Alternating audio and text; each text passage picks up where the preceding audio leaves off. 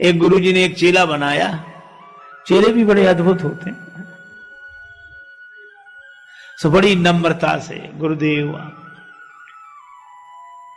बैठा पास में था। तब तक गुरुजी ने कहा कि बेटा पानी बरस रहा है, गाय को बंधन से मुक्त करो, दूसरी जगह बांध। चेला बैठे बैठे बोला, गुरुजी जो स्वयं बंधन में पड़ा हो वो क्या किसी को बंधन से मुक्त कर सकता है?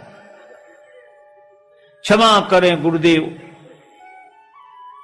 ये मुझसे नहीं हो सकता। बंधन से मुक्त करना तो आपका काम है गुरुदेव। गुरुजी भी समझ गए कि चेला नहीं गुरु ही मिला है। अब गुरुजी ने कहा चेले से विवाद कौन करे, चलो। गुरुजी गए, गाय को की रस्सी खोलकर उसको दूसरी जगह छाया में बांध दिया। थोड़ी देर में गुरुजी फिर बोले, बच्चा बाहर जाके देख पानी बरस रहा है कि बंद हो गया है। चेला बोला, गुरुदेव ये बिल्ली आपके पास बैठी है, बाहर से ही आई है।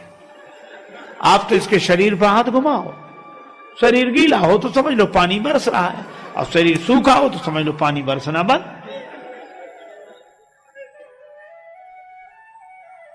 गुरुजी फिर भी चुप रहे। अब रात को गुरुदेव को नींद ना आए, वो दिया जल रहा था। बोले, बेटा ये दिया बुझा दे। चेला बोला, गुरुदेव अब रजाई में घुस गए, अब कौन निकले बाहर। आप तो एक काम करो, क्या रामायण की बात याद करो, मुंह दिए नैन कतों को नहीं। आप तो आंख बंद कर लो, दिया को बुझा ही समझो। गुरुजी ने दिया बुझाया और सवेरे सवेरे एक भगत आया लड्डू लेकर, महाराज भगवान को भोग लगाओ, आप भी पाओ, सबको पवाओ। गुरुजी ने भगवान को भोग लगाया, बाल भोग लेकर बोले, बच्चा प्रसाद लेगा? सो दौड़ा दौड़ा आया। बोले, गुरुदेव मैंने आपकी तीन तीन आज्ञाएं नहीं मानी है, चौथी भी नहीं मानूंगा तो घोर पाप लगेगा। ये तो लाइए।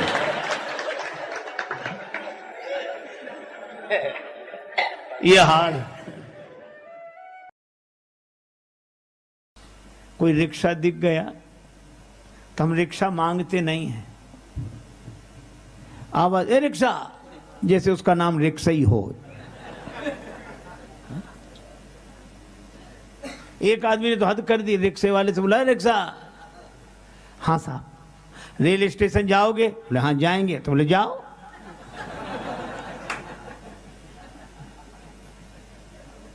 दो आदमी एक रिक्शे पर 2 घंटे बैठे, उतरकर उसे अठन्नी दे दी। रिक्शे वाले ने हाथ जोड़कर कहा, भैया ये तो कम है। दूसरा क्या कहते, कम है? अपना मकान लिख दें तुम्हारे नाम, जमीन लिख दें, बड़े कम। दूसरा क्या कहता, इसके मुंह मत लगो, इन लोगों को मुंह मत लगा करो, ये छोटे लोग हैं, चलो। ये हमारा व्यवहार है और भगवान राम का व्यवहार।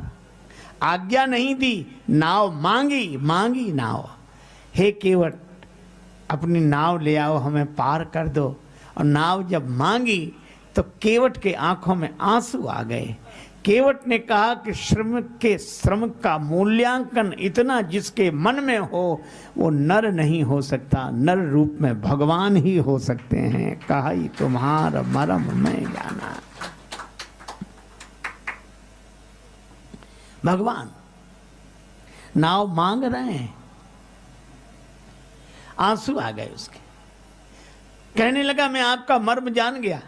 भगवान ने नाव मांगी, केवट नहीं लाया, दूसरी तरफ ले गया। उधर नहीं, इधर ले आओ नाव। केवट बोला मैं आपके बारे में अच्छी तरह जानता हूं, नाव नहीं लाऊंगा। मैं आपके बारे में अच्छी तरह जानता हूं, आपको नाव की जरूरत है ही नहीं, यही जानता हूं। नाम अजामिल से खलकोट अपार नदी भव बूढ़त काढ़े।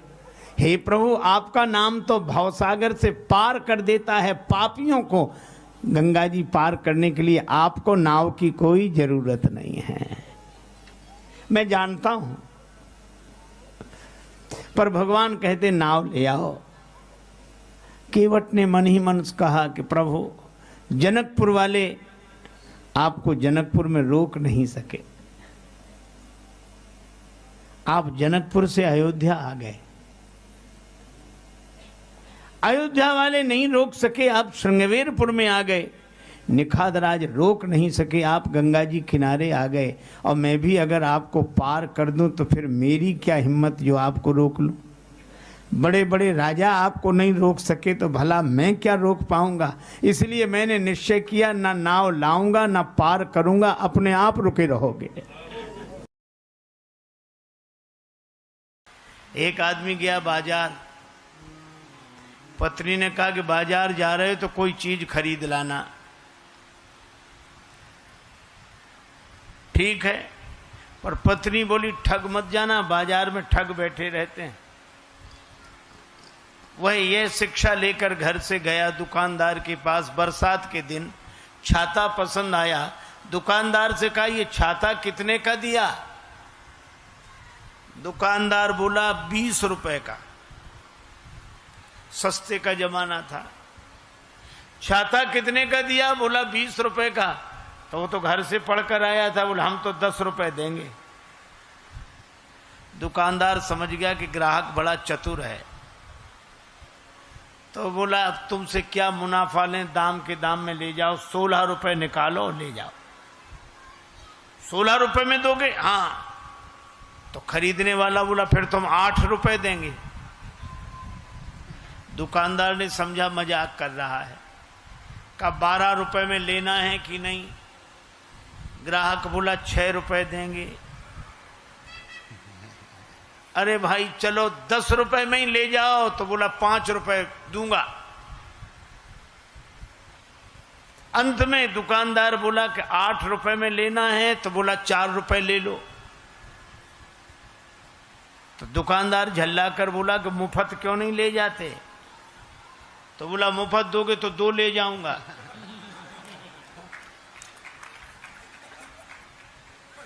है? अब बोलो छाते जैसी चीज उसे मिली नहीं। क्यों नहीं मिली? क्योंकि वो किसी एक भाव में टिकता ही नहीं था। तो जब भाव में टिके बिना उसे छाता नहीं मिला, तो भाव में टिके बिना परमात्मा की छत्र छाया कैसे मिल जाएगी? भाव बिना बाजार में वस्तु मिले नहीं मोल, तो भाव बिना हरि क्यों मिले, इसलिए भाव सहित हरि बोल। विद्यार्थी से पूछा कि एक टीले पर 10 भेड़ें खड़ी हैं, तूफान आया तो 4 भेड़ें नीचे उतर गईं, तो टीले पर कितनी भेड़ें शेष रहीं? सबने कहा 6, सबने कहा 6। एक विद्यार्थी बोला एक भी नहीं। कहा क्यों? बोले जब एक भेड़ चलती है तो उसके पीछे जितनी भेड़ें होती सब चली जाती है। 4 उतर गई तो 6 क्या कर रही थी वहां? तो ये जो अनुभव की बातें हैं ये गणित से समझ में नहीं आती, अनुभव की बातें हैं। एक अध्यापक ने एक विद्यार्थी से पूछा कि तुम्हारे पिता हमसे 5,000 रुपए उधार लें 3 रुपए प्रति सैकड़ा ब्याज की दर से, तो 6 महीने बाद कितना लौटाएंगे, हिसाब लगा के बताओ। विद्यार्थी बोला सर 1 नया पैसा नहीं। अध्यापक ने डांट कर कहा क्यों रे, तुझे गणित नहीं आता है? बोला हमें तो गणित आता है, हम तो हिसाब जानते हैं, पर आप हमारे बाप को नहीं जानते। उसने जिसका लिया है दिया है आज तक, जो तुम्हारा ही देगा। तो बोलो अनुभव की बात कह रहा है। सीधा गणित नहीं लगता, लेकिन उसके अनुभव की बात है। इसी तरह गुरुदेव के वचन को बुद्धि के गणित से समझने की चेष्टा न करो, बल्कि गुरुदेव के वचन को तो वेद मंत्र मानकर श्रद्धा पूर्वक पालन करो। यही गुरुदेव की महिमा है। उन्होंने कहा कि तुम चिंता मत करो, दो, मैं कह रहा हूं दो।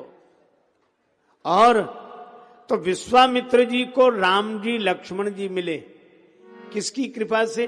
गुरुदेव की कृपा से। एक आदमी गांव में गया अपने मित्र के साथ, घूमने निकला तो छोटा सा गांव, एक व्यक्ति तेल बेचता था, अकेला आदमी, और भीतर उसने कोल्हू चला रखा और बाहर बैठकर तेल बेचे। इस व्यक्ति ने देखा कि अकेला आदमी कैसे करता है, तो उसने कहा कि तुम ये बैल को हाँकते नहीं हो और कैसे बिना तुम्हारे चलाए चलता है? तो उस आदमी ने कहा कि बैल को मैं हाँक देता हूं और जब चलने लगता है तो बाहर आके बैठ जाता हूं, तो उसे पता नहीं लगता कि तुम पीछे हो। तेल बेचने वाले ने कहा हमने उसकी आंख पर पट्टी बांध रखी। सो तो ठीक है, लेकिन तुम बाहर बैठे हो, बैल अगर चलना बंद कर दे तो तुम्हें कैसे पता लगेगा? तेल बेचने वाला बोला हमने उसके गले में घंटी बांध रखी, चलना बंद होता घंटी बजनी बंद हो जाती, हम फिर जाके हाँक देते हैं। पर वो तार्किक मानने कोई तैयार नहीं। वो कहने लगा कि नहीं ये भी कोई बात नहीं हुई। कहा क्यों? कहा ऐसा भी तो हो सकता है कि बैल एक ही जगह खड़ा खड़ा गर्दन हिलाता रहे, एक ही जगह खड़ा खड़ा गर्दन हिलाता रहे तो भी तो घंटी बजेगी। तेल बेचने वाला हाथ जोड़ के बोला बाबूजी वह बैल है, आपकी तरह तार्किक नहीं है। ये तर्क वाले एक ही जगह खड़े खड़े गर्दन हिलाते हैं। अरे भाई, भगवान की भक्ति का सुख लो, भगवान की भक्ति का आनंद लो। जनक जी जैसे ज्ञानी भी भगवान के भक्त हो गए। अच्छा देखो, एक और अद्भुत बात मैं आपसे बताऊं। श्री जनक जी ज्ञानी हैं, ज्ञानाभिमानी नहीं है, और ज्ञानी के यहां भक्ति प्रकट हुई। श्री सीता जी, अच्छा भक्ति की क्या पहचान है कि भक्ति प्रकट हुई? का भक्ति के प्रकट होते ही वर्षा होने लगी। वर्षा ऋतु रघुपति भगति तुलसी साल सुदास। भक्ति के कारण वर्षा होती है। आहा, जिसे एक बार जीवन में प्रभु का प्यार मिलता है उसे बस आंसुओं के हार का उपहार मिलता है। न पूछो उस दिल की बेकली का हाल मत पूछो, न तन से प्राण जाते हैं न प्राणाधार मिलता है। भला किसको दिखाएं मर्ज की बढ़ती हुई मंजिल, न कोई वैद्य मिलता है न कुछ उपचार मिलता है, और दूर रहने पर भी न जाने क्या क्या बात होती है। हृदय के तार से जब उस हृदय का तार मिलता है और जहां कुछ छल छलाता अश्रु जल दिखलाई देता है, उसी मानस में हमें वह सांवला सरकार मिलता है।